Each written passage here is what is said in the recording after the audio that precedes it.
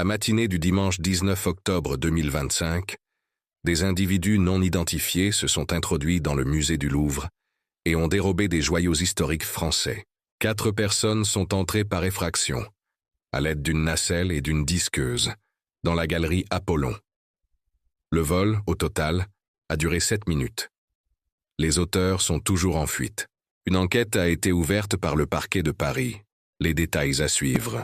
À la recherche de la moindre empreinte, les enquêteurs devant le monte-charge qui a servi à ce spectaculaire vol de bijoux au cœur du plus grand musée du monde, en plein jour, et dans l'une des galeries les plus somptueuses, celle qui abrite les joyaux de la couronne française.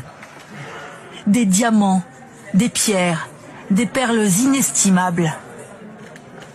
Ce dimanche matin, comme tous les jours à 9 h, le Louvre ouvre ses portes. Les premiers visiteurs commencent à déambuler, quand, à 9 h 30, au pied de la galerie d'Apollon, côté Seine, 4 hommes se présentent. 2 à scooter, 2 au volant d'un monte-charge. Ils prennent le temps de sécuriser l'emplacement avec des cônes de chantier, puis se hissent au premier étage grâce au monte-charge. Avec cette disqueuse qu'ils ont laissée sur place, ils brisent cette fenêtre. 9 h 34, une fois à l'intérieur, les malfaiteurs, visage dissimulé, s'attaquent à 2 vitrines blindées.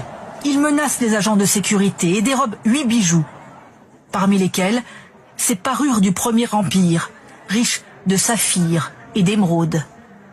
Mais dans leur fuite, ils laissent tomber au pied du balcon cette couronne de la reine Eugénie, 1350 diamants, endommagés dans la chute. Dans la pièce, le personnel et les visiteurs ne réalisent pas tout de suite.